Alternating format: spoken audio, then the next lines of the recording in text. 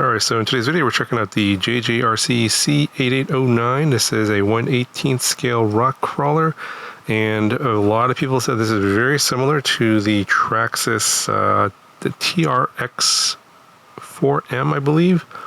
Now, of course, the body in this one is the Jeep Cherokee. I believe the Traxxas does come in a number of other body styles. I even read somewhere, like on Reddit, that someone said that the bodies for the Traxxas will fit this model because it's such close in terms of a copy. I don't know if that's true or not. If someone knows about that, let me know down in the comments below. The model itself is very nice.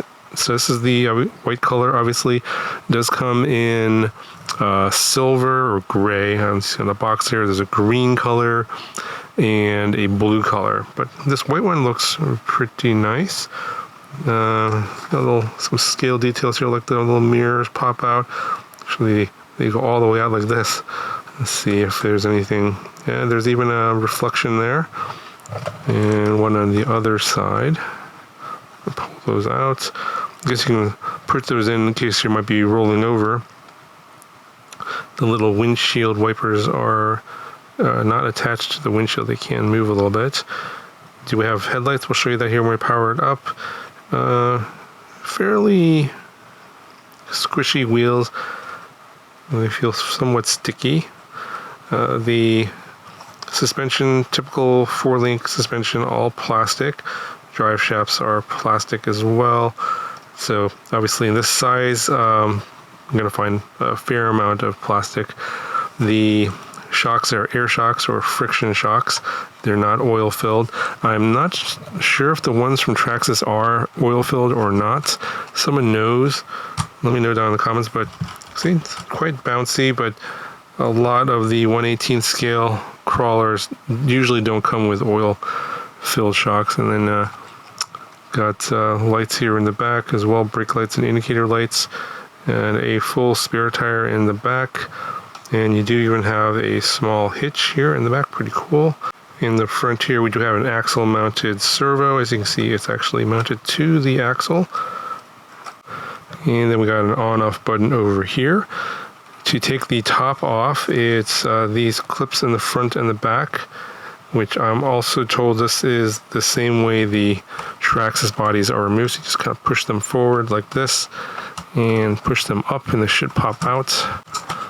Like so. And then we've got a LED controller there for the lights, obviously plugged into the combination. It's a servo. I'm sorry, it's a combination ESC and receiver, and it's a 20 amp brushed ESC. The motor here is a 370 size brushed motor, which is larger than the one that comes on the Traxxas. I think the Traxxas only has like a 180 size brushed motor, so you get a little more power in this one.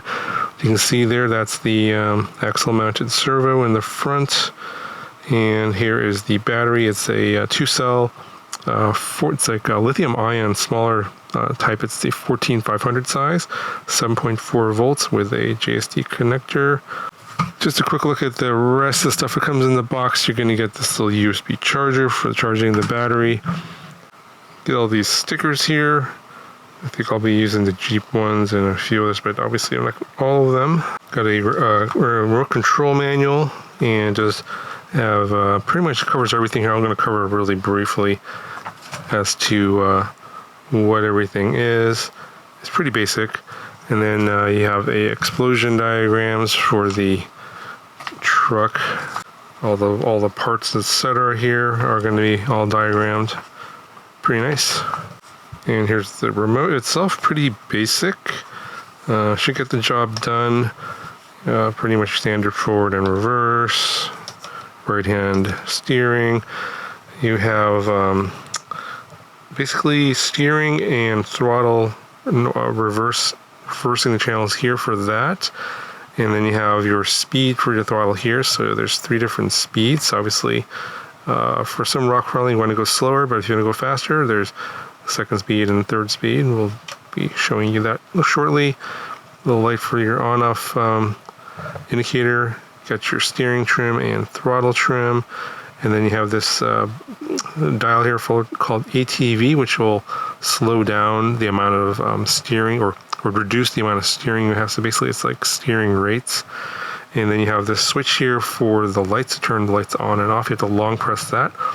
The batteries that go in here are 4 AA batteries. Let's go ahead and let's power this up. Turn that on. Okay, then we'll go ahead and power this on. Got the lights there. So it looks like they're defaulted to on. So if you long press this button, should turn it off. Then turn back on, long press the button. Got your turning indicators.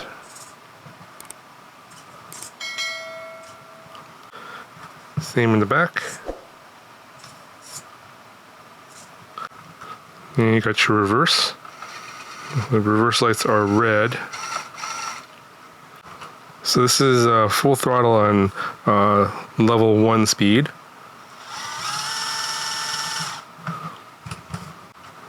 This is level 2. And there's level 3. So it looks like it could be pretty fast. We'll see when we go outside. The steering, I guess, rates here all the way up maximum. So here's what it looks like when it's fully turned, the wheel. So if we fully turn the wheel and then we reduce the rate here, you'll see that it will go slowly in to the point where you almost have no steering at all. So that's not even all the way. So you can control the amount of steering rate you have. And just to show the amount of articulation you've got here, yeah, it's going to be hitting the body. It looks like even at max. So you might have some body rub, but here's what it looks like. And from the rear, and here's what the drive shaft looks like.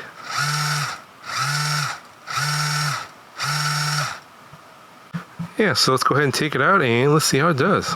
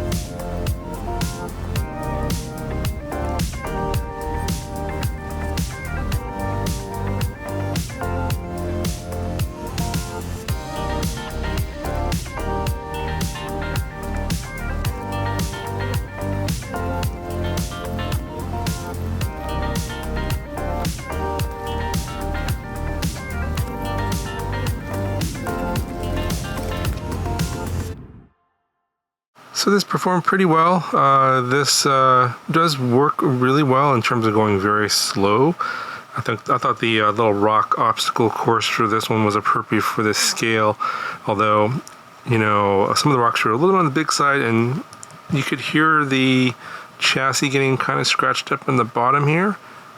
So not a big deal, but you could hear it going on. I don't think it's going to be an issue in terms of durability. I don't see any cracks or anything like that. You could definitely hear it hitting the rocks on its journey over the rocks. Now I mainly drove it on level 1, slowest speed. I think that gives you the most sort of control in terms of getting over the obstacles.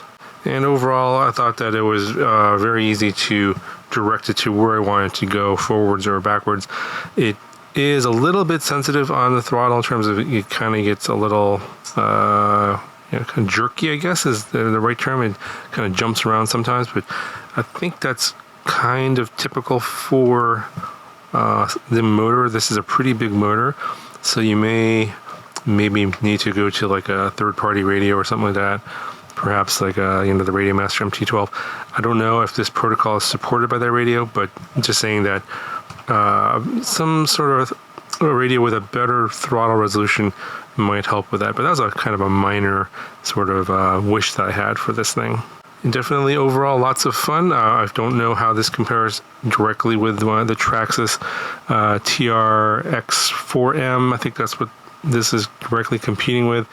If some of you guys have tried both of them, let me know in the comments below.